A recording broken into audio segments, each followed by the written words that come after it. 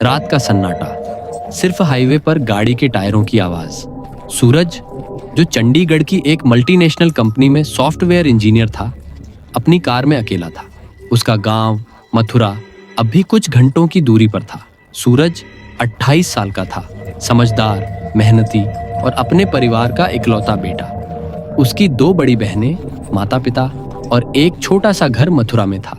सूरज को अपनी जिंदगी से कोई शिकायत नहीं थी। उसकी माँ राधा हमेशा उसकी शादी की बात करती थी, लेकिन सूरज का मानना था कि सही समय पर सही इंसान जिंदगी में खुद ब खुद आ जाएगा। रात के करीब 10:30 बजे होंगे। हाईवे पर अंधेरा गहरा रहा था। सूरज की गाड़ी की हेडलाइट्स सड़क को रोशन कर रही थीं। तभी उसकी नजर सामने पड़ी। एक लड़की सादी सफेद सलवार कमीज में सड़क के किनारे खड़ी थी। उसका चेहरा हल्का सा दिख रहा था और वो हाथ उठाकर गाड़ी रोकने का इशारा कर रही थी। सूरज का दिल धक से रह गया। पहले तो उसने सोचा, कहीं कोई चाल तो नहीं। आजकल ऐसी खबरें तो आम थीं। लेकिन फिर उसने सोचा, अगर ये सचमुच कोई मुसीबत में हो तो। उसने गाड़ी धीरे की और लड़की के पास रोक दी। खिड़की का शीशा नीचे करके सूरज ने पूछा, आप कौन हैं? इतनी रात को यहाँ क्या कर रही हैं? कोई मदद चाहिए? लड़की ने शांत स्वर में जवाब दिया, मेरा नाम काव्या है। मैं दिल्ली जा रही थी, लेकिन मेरी बस छूट गई। मेरा सामान भी बस में ही रह गया और मेरे पास पैसे भी नहीं हैं। क्या आप मुझे लिफ्ट दे सकते हैं? सूरज ने उसकी बात सुनी।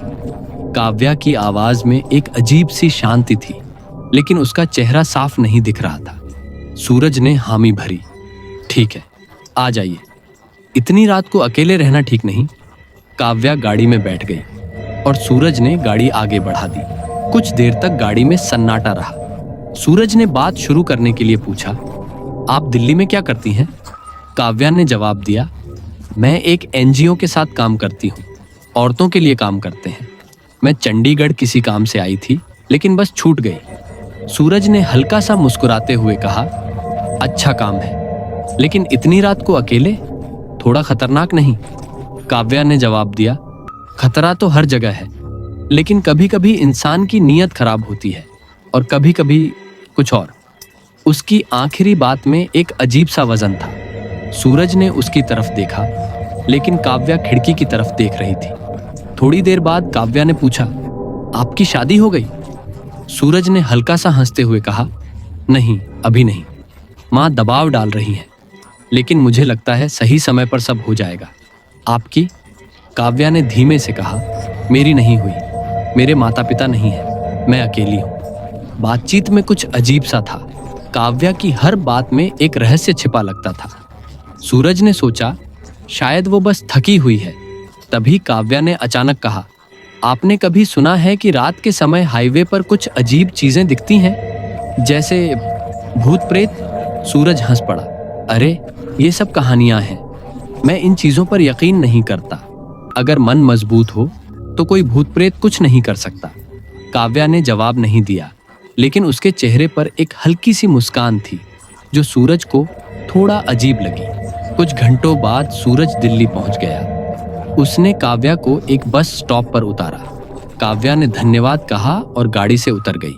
सूरज ने उसे जाते हुए देखा, लेकिन उसे कुछ अजीब सा लगा।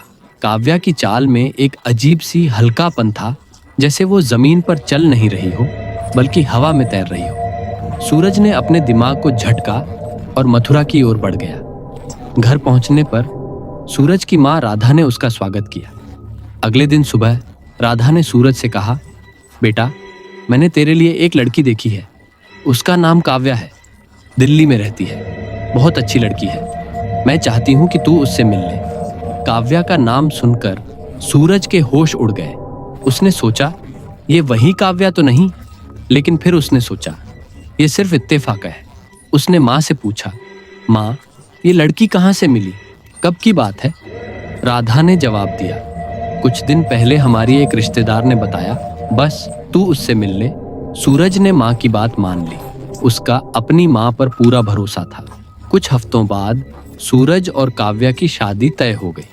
सूरज ने शादी से पहले काव्या से मिलने की कोशिश नहीं की, क्योंकि उसे अपनी माँ पर यकीन था। शादी के दिन जब सूरज ने दुल्हन को देखा तो उसके पैरों तले जमीन खिसक गई। ये वही काव्या थी जिसे उसने हाईवे पर लिफ्ट दी थी।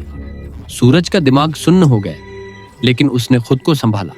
शादी हो गई और काव्या सूरज के साथ मथुरा आ गई। शादी के बाद काव्या और सूरज की जिंदगी सामान्य सी चल रही थी।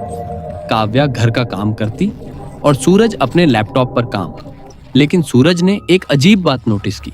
उसकी माँ राधा, जो पहले दिन में 2 बार पूजा करती थी, अब पूजा पाठ पूरी तरह बंद कर चुकी थी। सूरज ने माँ से पूछा, माँ, आप पूजा क्यों नहीं करती? राधा ने जवाब दिया, बस मन नहीं करता। सूरज को ये अजीब लगा, लेकिन उसने ज्यादा सोचा नहीं। एक रात सूरज की नींद अचानक खुली। उसने देखा कि काव्या बिस्तर पर नहीं थी। वो उसे ढूंढने बाहर निकला, लेकिन काव्या कहीं नहीं मिली। सूरज ने अपने माता पिता के कमरे की ओर रुख किया। जैसे ही उसने दरवाजा खोला, उसका दिल जोर से धड़कने लगा। कमरे में काव्या उसके पिता के पास बैठी थी। उसके पिता की कलाई काव्या के मुंह में थी और राधा खामोशी से ये सब देख रही थी। सूरज के मुंह से चीख निकलने वाली थी, लेकिन तभी काव्या ने उसकी ओर देखा। उसकी आंखें पीली और चमकदार थीं और चेहरे पर एक भयानक मुस्कान थी। उसने सूरज की ओर फूंक मारी और सूरज बेहोश हो गया। जब सूरज की आंखें खुलीं, वो अपने बिस्तर पर था। काव्या तौलिया लपेटे हुए कमरे में आई और बोली, अरे, आप आज जल्दी उठ गए? सूरज ने उससे पूछा, कल रात तुम कहाँ थीं? काव्या ने हंसते हुए कहा, मैं तो यहीं थी। आपने कोई सपना देखा होगा। सूरज को कुछ समझ नहीं आया, क्या वो सच था या सपना? लेकिन अगले दिन जब उसने अपने पिता की कलाई देखी तो उस पर एक गहरा निशान था। सूरज का शक अब यकीन में बदल रहा था। उसने काव्या पर नजर रखने का फैसला किया। कुछ दिन बाद सूरज अपनी बड़ी बहन माया को घर ले आया। उसने सोचा, अगर काव्या कुछ गलत कर रही है तो माया की मौजूदगी में वो सावधान रहेगी। माया के आने से घर में रौनक बढ़ गई, लेकिन काव्या के चेहरे पर तनाव साफ दिख रहा था। एक रात सूरज ने फिर से कुछ अजीब देखा। काव्या और राधा एक कमरे में थीं। काव्या कुछ मंत्र पढ़ रही थी और राधा ट्रांस में थी। काव्या ने कहा, अब तुम मेरे वश में हो। अपनी बेटियों को यहाँ आने से मना कर दो। सूरज को अब यकीन हो गया कि काव्या काला जादू करती है, लेकिन उसका मकसद क्या था? सूरज ने अपनी दूसरी बहन रीना को भी बुला लिया। उसने सोचा, अगर काव्या उसकी बहनों को रोकना चाहती है तो जरूर कोई बड़ा राज है। एक दिन माया का बेटा बीमार पड़ गया। जब सूरज उसे अस्पताल ले गया तो डॉक्टर ने बताया कि बच्चे के शरीर में खून की कमी है। सूरज ने बच्चे की कलाई पर वही निशान देखा जो उसके पिता की कलाई पर था। अब सूरज का डर हकीकत में बदल चुका था। उस रात सूरज ने माया और रीना को सब कुछ बताया। तीनों ने मिलकर काव्या का सामना करने का फैसला किया। अगले दिन जब काव्या घर में अकेली थी, सूरज ने उससे पूछा, तुम हो कौन और मेरे परिवार के साथ ये सब क्यों कर रही हो? काव्या पहले तो हंसी, लेकिन फिर उसका चेहरा बदल गया। उसकी आंखें पीली हो गईं और आवाज भारी। उसने कहा, तुमने मुझे लिफ्ट दी थी सूरज, लेकिन तुम नहीं जानते मैं कोई इंसान नहीं हूं। मैं एक आत्मा हूं जो सदियों से अपने बदले की तलाश में है। तुम्हारा परिवार मेरे रास्ते में आया और अब तुम सब मेरे वश में हो। सूरज, माया और रीना ने हिम्मत नहीं हारी। उन्होंने एक पंडित को बुलाया, जिसने घर में हवन और विशेष मंत्रों का जाप किया। काव्या की शक्ति कमजोर पड़ने लगी। आखिरकार एक भयानक चीख के साथ काव्या काले धुएं में बदलकर गायब हो गई। काव्या के जाने के बाद सूरज का परिवार धीरे धीरे सामान्य हुआ। राधा ने फिर से पूजा शुरू की और घर में पहले जैसी रौनक लौट आई। लेकिन सूरज के मन में एक सवाल हमेशा रहा, क्या काव्या सचमुच चली गई थी या वो फिर कभी लौटेगी? हर रात जब वो हाईवे से गुजरता, उसे लगता कि कोई उसे देख रहा है। शायद काव्या की आत्मा अभी भी कहीं थी, इंतजार में एक और लिफ्ट का। दोस्तों, ये कहानी आपको कैसी लगी हमें कमेंट करके जरूर बताइए, और ऐसी ही और इंटरेस्टिंग में हॉरर स्टोरी इसके लिए इस चैनल को लाइक, शेयर, सब्सक्राइब करना बिल्कुल मत भूलिए।